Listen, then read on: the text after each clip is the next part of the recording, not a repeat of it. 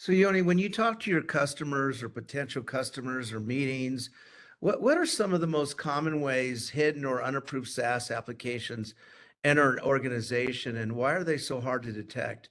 What do you see out there?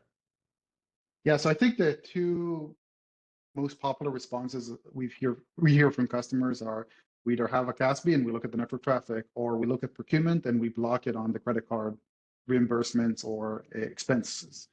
The reality is that freemiums today are widely available, and anybody can sign up to whatever SaaS application they want and just start opening accounts and accessing it. It doesn't have to be from a managed device.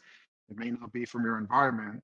And there's a lot of blind spots. Like if I'm using DeepSeek, I really don't need to go through any of these processes to start asking it questions about my corporate activities. So I think a lot of the, I would say, misalignment in terms of reality versus the expectations from security teams are mostly around the assumption that what used to work in the past when we had a different type of setup from an architectural perspective, but also in terms of how employee behavior would look like, have really changed. Today, most business teams adopt and then ask for approval rather than the other way around, especially for these long-tailed applications. Not obviously, nobody's going to buy Workday without going through a process because it's a very expensive tool.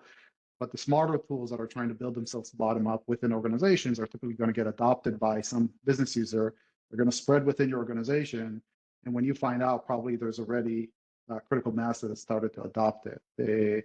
And obviously, there's challenges related also to SSO enforcement, which is probably the third bullet that typically security teams assume is kind of their golden way to control SaaS adoption is really everything is under my SSO. Then typically there's misalignments also there.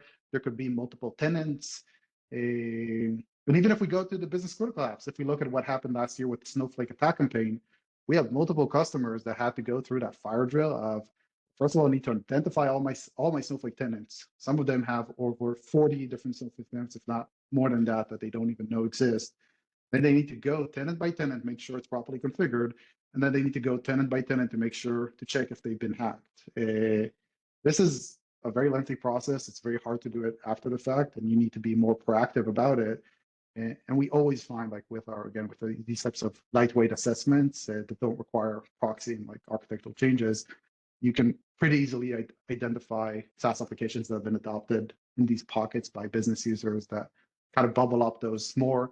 I think more important than a tool or a specific app, it's more really that business discussion and process that you can establish as part of your SaaS security program of, do I have a way or method to continuously govern my SaaS adoption? So the challenge is the velocity of AI in this space.